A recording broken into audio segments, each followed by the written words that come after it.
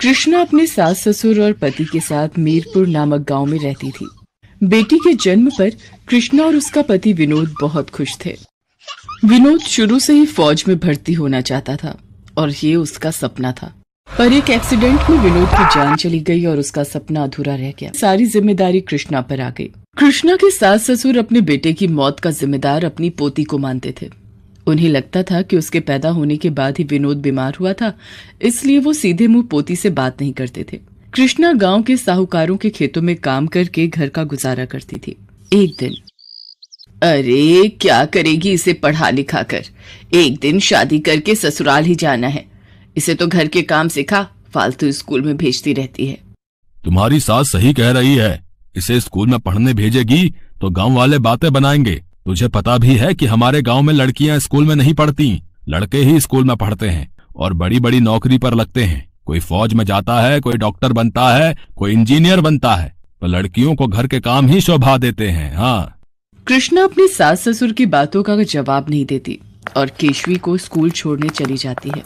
ये लो, अब एक लड़की भी स्कूल में पढ़ेगी। भाई क्या जमाना आ गया भाई, बताओ है। हमारे गांव में तो लड़कियां सिर्फ चूल्हा चौका ही सीखती हैं, पर ये कृष्णा तो हमारे गांव को बदनाम करने पर तुली हुई है भाई। ऐसा है भाई, जब पति सिर पर होता है तो थोड़ा डर होता है। अब सास ससुर ठहरे बूढ़े, उनकी बातों का तो इस पर फर्क नहीं पड़ता होगा, इसलिए अपनी मनमानी कर रही है। माँ, गांव में सब ऐसे क्यों बोल रहे हैं? कल मुझे रजनी भी यही कह रही थी कि हम लड़कियों को स्कूल जाने की कोई जरूरत नहीं है, हमें घर के काम सीखने चाहिए। तुझे एक दिन फौज में भर्ती होना है और अपने पिता के सपने को पूरा करना है, इसलिए तू पढ़ाई के लिए खूब मेहनत कर। कृष्णा केशवी को समझा देती है। उस दिन से केशवी पढ़ने में खूब ध्यान लगाती थी, पर उसकी पढ़ाई की बात गांव के मुखिया तक पहुंचती है और वो कृष्णा को बुलाता है। देख कृष्णा, मैंने सब सुन लिया है। तू अपनी बेटी को स्कूल में पढ़ा रही है, लेकिन तू जानती है हमारे इस गांव में लड़कियों को पढ़ने की इजाजत नहीं है। यहाँ पर सिर्फ लड़के ही पढ़ते हैं, इसलिए आज के बाद तू अपनी बेटी को स्कूल नहीं भेजेगी। नहीं चौधरी साहब, मैं अपने विचार नहीं बदलूंगी। मैंने केशवी के पिता को वचन दिया था कि बड़े होकर वो फौज में भर्ती होगी। तू मेरे आगे अपनी जुबान चलाती है। अगर तुझे अपनी बेटी को पढ़ाना है तो तू इस गांव में रहकर तो ऐसा नहीं कर सकती। हाँ, कहीं और जाकर रहना है तो रह ले, पर मैं अपने गांव में तुझे नहीं रहने दूंगा। कृष्णा घर आती है और अपना सामान बांधने लगती है। अरे तेरा दिमाग खराब हो गया है? अच्छा खासा गांव में घर है, रहने को जगह है और तू काम भी कर रही है। अब हम बूढ़े बुढ़िया को लेकर तू कहाँ कहाँ भटकेगी? तू चौधरी साहब की बात को मान क्यों नहीं लेती? लड़की को बड़ा करके ससुराल विदा कर, वो तेरी सबसे बड़ी जिम्मेदारी है। नहीं बाबूजी, मैं अपनी बच्ची को पढ़ाई नहीं छोड़ने दूंगी। हम कहीं और चलकर रह लेंगे। वैसे भी इस गांव में लड़कियों की कोई इज्जत नहीं है। कृष्णा बहुत परेशान थी कि वो अपने पति का सपना कैसे पूरा करेगी। कृष्णा के ससुर के मन में यही सवाल चल रहा था कि किस तरह से वो अपनी बहू को इस गांव से जाने के लिए रोके। तभी उनके सपने में उनका बेटा विनोद आता है। बाबूजी, कृष्णा को इस समय आपकी बहुत जरूरत है। अपनी बेटी को फौज में भर्ती होने का सपना मैंने और कृष्णा हम दोनों ने देखा था। मैं चाहता हूँ आप कृष्णा की मदद करो और मेरा सपना पूरा करो, तभी मेरी आत्मा को शांति मिलेगी। बाबूजी, मेरी बेटी फौज में जाएगी, देश की रक्षा करेगी तो मेरी आत्मा को बहुत खुशी मिलेगी।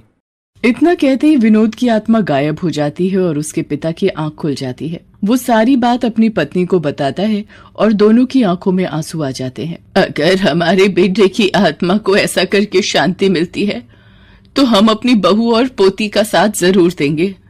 हम उसके साथ ये गांव छोड़ देंगे। और फिर अगले दिन कृष्णा अपने सास ससुर और केशवी को लेकर जम्मू आ जाती है और वहीं पर एक किराए का कमरा लेती है।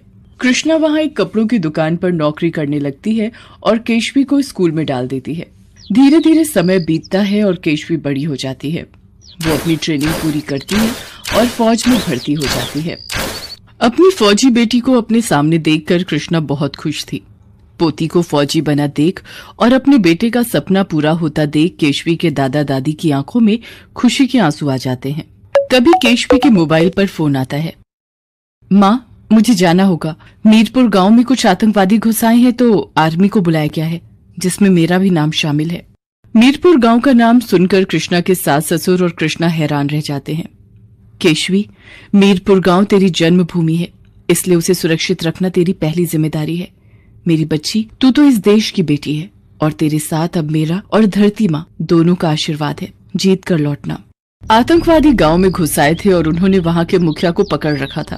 केशवी आर्मी फोर्स के साथ मिलकर आतंकवादियों को पकड़ लेती है। गांव के मुखिया को जब पता चलता है कि केशवी उन्हीं के गांव की बेटी है तो वो अपने किए पर बहुत शर्मिंदा होते हैं। मुझे माफ कर दो बेटी, मैंने तुम्हारे परिवार को इस गांव से जाने के लिए बोल दिया था, पर आज तुम्हारी वजह से ही मीरपुर गांव के लोग सुरक्षित हैं। मुखिया जी, माँ ने मुझे यही कहकर भेजा था कि मीरपुर मेरी जन्मभूमि है और इसकी रक्षा करना मेरा कर्तव्य है, इसलिए मैंने अपना फर्ज निभाया। वीरपुर गांव का मुखिया और सारे गांव वाले मिलकर केशवी को सम्मानित करते हैं। उस दिन के बाद एक फौजी माँ की बेटी देश की सेवा में लग जाती है और मीरपुर गांव के लोगों की सोच भी बदल जाती है।